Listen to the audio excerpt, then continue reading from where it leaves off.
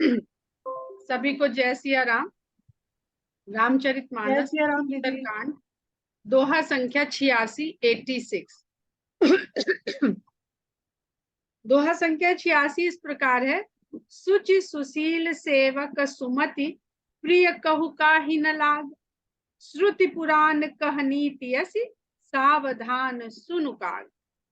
तो भगवान राम का भुषुंडी जी से कह रहे हैं कि जो ऐसा सेवक जो पवित्र हो, शुद्ध हृदय वाला हो, सुशील हो और अच्छी बुद्धि वाला भी हो, ऐसा सेवक भला बताओ किसको प्रिय नहीं लगता।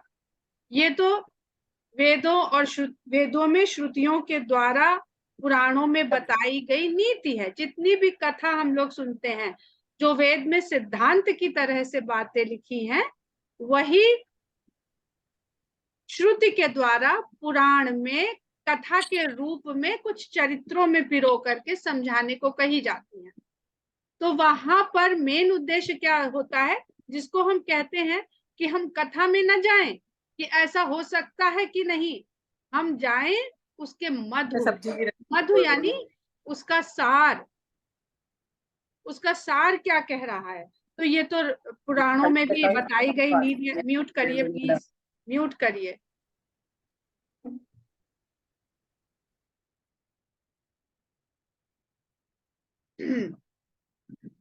अब आगे भगवान जानते हैं कि बात इन लोगों को समझ में आएगी नहीं, तो फिर और स्थूल उदाहरण लेकर के बताते हैं कि वेद के सिद्धांत को पुराणों ने तो बहुत बढ़िया कथाओं में पिरो पिरो के समझा दिया, पर ये जो मनुष्य है ना, जिसको हमने बुद्धि दे दी है, ये हर जगह लॉजिक ढूंढता है।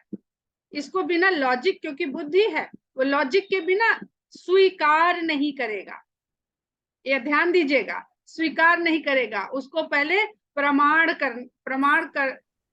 करो, फिर हम स्वीकार करेंगे।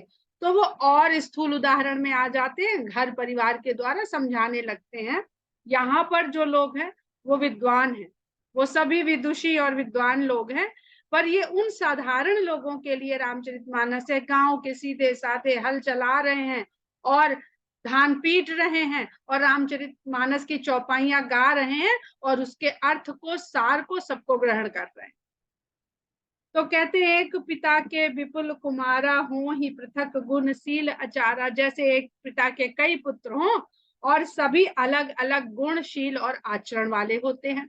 एक माता पिता की सारी संतान एक जैसी नहीं होती हैं। अगर आम का एक वृक्ष है तो उसमें जितने आम लगेंगे और हर सीजन में वैसा ही फल लगेगा, क्योंकि वृक्ष के पास बुद्धि नहीं है। वो भी सब वैसा ही बिल्कुल साइंस के आधार पर चलता है। और 50 साल भी पुराना पेड़ हो जाएगा तो भी जिसके बाग का पेड़ है वो हर साल जाओगे तो बता देगा मिठुआ आम फलाने पेड़ का और खटुआ आम फलाने पेड़ का। वो नहीं प्रवृत्ति बदलेगी, हर फल एक जैसा। पर मनुष्य में एक ही पिता के अगर 8-10 संतान है तो वो 8-10 प्रकार की होएगी। हो ही पृथक गुणशील आचारा, को पंडित को तापस ज्ञाता, को धनवंत सूर को दाता। कोई बड़ा विद्वान होगा, कोई बड़ा तपस्वी होगा, मेहनती होगा, चाहे जितना काम करवा लो उसे। तपस्या से मतलब यहाँ दोनों लगाइए। और कोई ज्ञाता होगा अपने अपने विषय में, जो प्रकांड विद्वान होगा। कोई धनवंत, कोई बहुत धनी होगा, कोई शूरवीर होगा और कोई बड़ा दानी होगा। कोई सर्वज्ञ धर्मरत, कोई सब कुछ जानने वाला होगा, तो कोई धर्म में ही लगा रहने वाला होगा।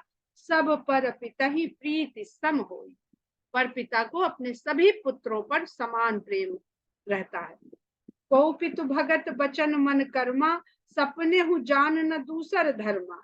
और कोई उसमें से सिर्फ पिता की ही भक्ति में लगा रहता है, मन वचन और कर्म से। अब यहाँ पर पिता हो गए परमात्मा और पिता हो गए हमारे घर के पिता भी। दोनों लोगों को लगा के आपको समझना एक सिद्धांत है, जो अगर यहाँ हमको समझ में आ जाएगा तो वो परम पिता के लिए भी हमको समझ में आ जाएगा। तो को भी तू भगत बचन मन कर्मा, कोई मन वचन कर्म से बस पिता का ही भक्त होता है, और उसके लिए स्वप्न में भी कोई दूसरा धर्म नहीं होता है, अर्थात उसके जीवन का कोई कर्तव्य दूसरा है ही नहीं, बस पिता की आज्ञा को मानना। पिता कैसे प्रसन्न रहेंगे, बस इस बात को करना। सो सुत प्रिय पितु प्राण समाना, यद्यपि सो सब भांति अयाना। चाहे वो कितना भी अज्ञानी हो, कितना भी मूर्ख हो, सबसे फिसड्डी हो उन 8-10 बच्चों में, संतानों में, लेकिन वही पुत्र अपने पिता को प्राणों के समान प्रिय होता है। यही विधि जीव चराचर जेते, त्रिजग देव नर असुर समेते। इस प्रकार इस सचराचर जगत में जितने भी प्रकार के जीव हैं, वो पशु हो, पक्षी हो, मनुष्य हो, देवता हो, असुर हो, सभी अखिल विश्व यह मोर उपाया, ये पूरा विश्व ही मेरा उपजाया हुआ है। सब पर मोहि बराबरी दाया, मेरे लिए सब समान है और मेरी दया सबके ऊपर समान रहती है। तीन मह जो परिहरि मद माया, भजे मोहि मन बच अरुकाया। लेकिन उनमें से भी जो माया और मद को, माया के द्वारा प्राप्त उपलब्धियों के मद को त्याग करके मन वचन और शरीर से मुझे भजता है। मिल गया तो भी अपना नहीं मानता है, छिन गया तो भी ये नहीं सोचता है कि मेरा था, छिन गया। पुरुष नपुंसक नारीवा जीव चराचर कोई, इस चराचर जगत में, इस जड़ चेतन जगत में वो पुरुष हो, नारी हो, नपुंसक हो, सर्व भाव भज कपट तज, मोहि परम प्रिय सोई। वह सभी तरह का भाव छोड़ करके मेरा भजन करता है, वही मुझे परम प्रिय होता है। अब अभी भगवान ने कल का जो हम लोगों ने पढ़ा था, वहां पर उन्होंने कहां से शुरू करा था, इसी विश्व में आकर के मनुष्य, मनुष्य में फिर कौन सा मनुष्य, फिर उनमें किस प्रकार सेवक, ये बताया था। अब फिर वही बात, उसी बात को वो और सरल करके समझा रहे हैं। सत्य कहूं खग तो ही सुच सेवक मम प्राण प्रिय, अस विचारी भज मोहि परिहरि आस भरोसे सब। हे पक्षी, हे काकभूषुंडी जी, मैं आपसे बिल्कुल सत्य कहता हूं कि वैसा ही शुद्ध मन वाला सेवक मुझे प्राण प्रिय होता है। इसलिए ऐसे विचार को मन में दृढ़ करके, सबका आशा और भरोसा त्याग करके मेरा भजन करने वाला सेवक ही मुझे प्रिय होता है, परम प्रिय होता है, प्राण प्रिय होता है। कबहु काल न व्यापी तो ही, सुमिरे सुभजे सुनिरंतर मोही। तुमने मुझसे उस भक्ति को मांग लिया, इसलिए अब आपको काल कभी व्याप्त नहीं होगा, आप काल से मुक्त रहेंगे। और सुमिरे सुभजे सुनिरंतर मोही, मेरा स्मरण करते हुए मेरा भजन आप निरंतर करते रहेंगे। प्रभु वचनामृत सुनि न अघाऊं, तनु पुलकित मन अति हर्षाऊं। भगवान के इस प्रकार अमृत जैसे वचन सुन के मैं तो तृप्त ही नहीं हो रहा था, और सुन सुन के मेरा मन हर्षित हो रहा था, और उस हर्ष को मेरा तन भी दिखा रहा था, मेरा तन पुलकित हो रहा था। जब मन हर्षित हो रहा है तो तन पुलकित हो रहा है, अर्थात भाव में और काया में, मन में और काया में, दोनों जगह काकभूषुंडी जी के भगवान की भक्ति पूरी तरह से समा रही है। सो सुख जान, बहुत सुंदर चौपाइयां हैं आगे की। सो सुख जाने मन अरुकाना, नहीं रसना पही जाई बखाना, प्रभु शोभा सुख जान ही नयना, कही कि मिसा कहीं तिन्ह ही नहीं बयाना। कहते हैं कि जो कान सुन रहे थे, उस सुख को बस मन जान रहा था, क्योंकि जो भगवान बात कह रहे हैं वो कानों से सुन रहे हैं, तो उस सुख को कान और मन ये सुनकर जान रहे हैं। और जुबान, जो जिह्वा है, नहीं रसना पही जाई बखाना, जो हमारी जिह्वा है वो उसका बखान नहीं कर पा रही है। रस, जिह्वा का काम क्या होता है, रस लेना। भोजन करते हैं, कितना रस लेती है, पर जो वहां उसको मिल ही नहीं रहा है, वो मिल रहा है कान को, और कान से सीधे मन में। तो जिह्वा उस रस का बखान नहीं कर पा रही है, प्रभु शोभा सुख जाने ही नैना, और मैं भगवान को देख रहा हूँ तो देखने का सुख नेत्रों को मिल रहा है। कहीं की मिसा कहीं तिन्ह ही नहीं बहना, तो जो सुख नेत्र पार है वो कहें कैसे, क्योंकि नेत्रों के पास वचन नहीं है, नेत्र के पास बोलने की। तो बुद्धि की, जो हम लोग कहते हैं ना कि बुद्धि नहीं समझ सकती है, बुद्धि डिपेंडेंट है हमारी इंद्रियों के ऊपर, हमारे रिसेप्टर्स है ये जो रिसीव कर रहे हैं वो हमारी बुद्धि को, मन को, अब वो बुद्धि के आगे हो चुके हैं, मन बुद्धि चित्त, तो वो मन तक उनके पहुंच रही है, बुद्धि से आगे पहुंच गए हैं। लेकिन अब आंख कैसे कहे, आंख के पास तो जिह्वा नहीं है, और जिह्वा जिसके पास बोल है, वचन है, उसके पास वो सुख नहीं है जो आंख और कान को मिल रहा है। तो बड़ी बड़ी कठिन स्थिति हो गई है, मैं उसको कह नहीं पा रहा हूँ।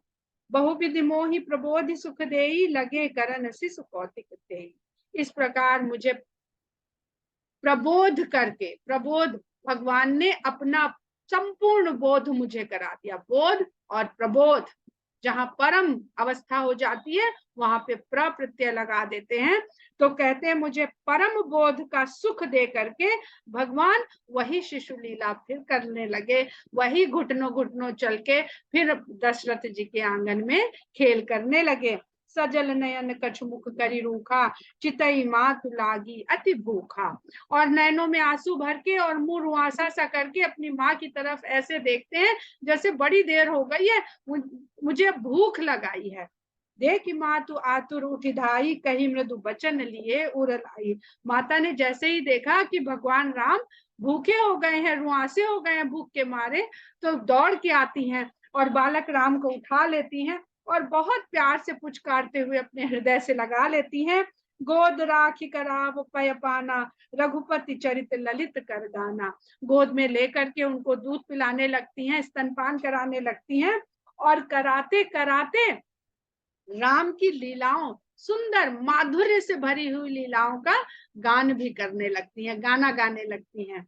जय सुख लागी पुरारी, अशुभ वेश कृत शिव सुखद, अवधपुरी नर नारी, तही सुख मोह संतत मगन। जिस सुख को अनुभव करने के लिए शंकर भगवान अशुभ वेश बनाए घूमते हैं। क्यों अशुभ वेश बनाए घूमते हैं? क्योंकि वैराग्य से भगवान मिलते हैं। तो जो वैराग्य को धारण कर लेगा वो अपने को सुंदर कैसे बनाएगा? सब कुछ तो त्याग दिया उन्होंने। और क्यों त्याग दिया? क्योंकि वो जानते हैं कि राम सुख, राम परम आनंद जो है वैराग्य से मिलेगा। तो वो सुख अयोध्या के नर नारी सहज ही प्राप्त कर रहे हैं। ये दोहा ये बताता है कि हमको घर में, संसार में, घर गृहस्थी रहते हुए भी ऐसा नहीं है कि हम वैराग्य को नहीं धारण करेंगे तो हमें भगवान के सुख का, उनके अनुभव का आनंद प्राप्त नहीं हो पाएगा। हम अपने जीवन के, अपने कर्तव्यों के, सांसारिक कर्तव्यों को करते हुए भी भगवान के सानिध्य का, सामीप्य का आनंद प्राप्त कर सकते हैं। उसी के तरीके बार बार उत्तरकांड में बताए जा रहे हैं। अवधपुरी नर नार तेहि सुख महु संतत मगन, लगातार मगन रहते हैं। बाकी योगी सिद्ध तो जिस समय तपस्या लगाते हैं, ध्यान में जाते हैं, समाधि में जाते हैं, उस समय वो जाकर के उस परम सुख को अनुभव कर पाते हैं। आगे इसीलिए कह रहे हैं तुलसीदास जी कि सोई सुख लवलेश, जिन बारक सपने लहेउ, ते न गनहि खगेश, ब्रह्म सुख ही सज्जन सुमति। वो सुख जो भगवान राम को पैपान कराते हुए माता कौशल्या को हो रहा है, जो अयोध्या के नर नारियों को, उनको ऐसे साधारण बालक की तरह खेलते कूदते विचरते, तूतली बोली बोलते, गिरते लटपटाते हो रहा है, उस सुख को अगर कोई एक बार स्वप्न में भी अनुभव कर ले तो हे खगेश, काकभूषुंडी जी कह रहे हैं, हे गरुण जी, वो ब्रह्म सुख को भी, ऐसे सज्जन और सुंदर बुद्धि वाले उस ब्रह्म सुख को भी कुछ गिनती में नहीं रखते हैं, कुछ नहीं समझते हैं उसके आगे। अर्थात जो सगुण ईश्वर की उपासना से जो सुख मनुष्य को मिलता है वो ध्यान, समाधि, तप, योग आदि के द्वारा भी नहीं मिल पाता है। मैं पुनि अवध रहूं कछु काला, देखूं बाल विनोद रसाला। मैं फिर अयोध्या में कुछ समय तक रहा और भगवान की इन सुंदर रस भरी बाल लीलाओं को देख के मजे लेता रहा। राम प्रसाद भगति बर पायो, प्रभु पद बंद निजाश्रम आयो। और भगवान के प्रसाद से मैंने जो उनकी भक्ति रूपी वरदान पा लिया था, प्रभु पद बंदी में भगवान के चरण वंदना करके फिर अपने आश्रम आ गया। क्योंकि बार बार वो बता चुके हैं कि मैं 5 वर्ष तक रहता हूँ, 5 वर्ष तक भगवान की लीला का आनंद लेता हूँ, फिर अपने आश्रम चला आता हूँ और यहाँ पे फिर राम कथा का गुणगान करता हूँ। तब ते मोहि न व्यापी माया। तो जो प्रसंग मैंने सुनाया कि किस प्रकार मुझे मोह ने घेरा और किस प्रकार भगवान ने मुझे अपने संपूर्ण दर्शन करा के मुझे परम बोधत्व प्रदान किया, उसके बाद मुझे फिर कभी माया ने व्याप्त नहीं किया, जब से मुझे भगवान राम ने अपना लिया। जब ते रघुनायक अपनाया, जिसको वो राम अपना लेते हैं उसको ये माया कभी भी नहीं अपने जाल में फंसा पाती है। यह सब गुप्त चरित में गावा, हरि माया जिमि मोहि नचावा।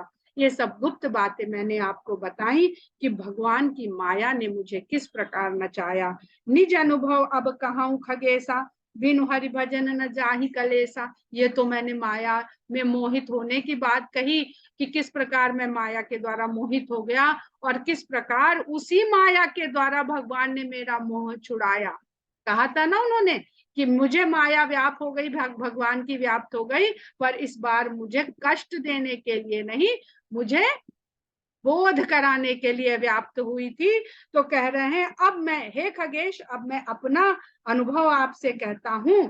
जो मैंने इस पूरे प्रसंग में मेरा अनुभव क्या रहा कि बिनु हरि भजन न जाहि कलेसा। चाहे जिस तरह का क्लेश हो, सांसारिक हो, आध्यात्मिक हो, मानसिक हो, किसी भी तरह का क्लेश बिना भगवान के भजन के नहीं जाता है। राम कृपा बिन सुन खगराई, जानी न जाई राम प्रभुताई। राम की जो प्रभुता है, राम की जो महिमा है, वो हे खगराज राम की कृपा के बिना जानी नहीं जा सकती है। जाने बिनु न होई परतीति, बिनु परतीति होई नहीं प्रीति। अब जब जानोगे कब, जब वो चाहेंगे, उनकी कृपा होगी। ये पूरा सूत्र लिख लीजिएगा नोटबुक में, यहाँ से लिखना शुरू करिएगा एरो बनाते हुए। जब जानोगे, नहीं जानोगे तो प्रतीति कैसे, प्रतीति कैसे होगी, बुद्धि कैसे। जो हमने कहा था हमारी बुद्धि कहती है मनवाओ तब मानेंगे। तो पहले जानो फिर मानो। क्या ज्ञानी कहता है ना कि जानेंगे तब मानेंगे, और भक्त कहता है कि हम तो मानेंगे, जब जनवाना होगा वो जनवा देगा। तो दोनों दोनों तरह के यहाँ पर काकभूषुंडी जी के साथ अब यहीं पर बुद्धि भी चक्र में पड़ जाएगी, भ्रम चक्र में, कि यहाँ पे क्या कहा जा रहा है। उनको ज्ञानी बताया जा रहा है कि उनको भक्त बताया जा रहा है।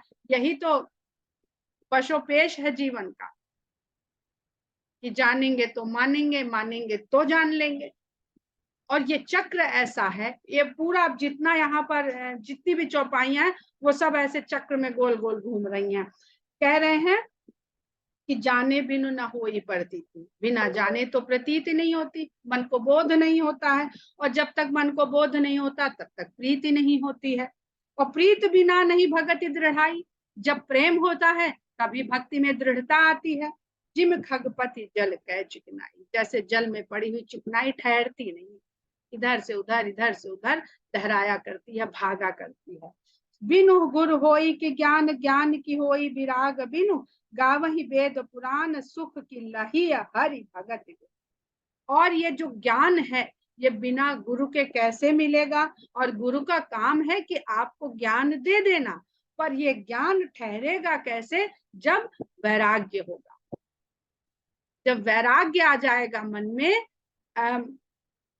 कल एक सेंटेंस लिखा था हमने कि आसक्ति और विरक्ति का संतुलन ही गृहस्थ धर्म है।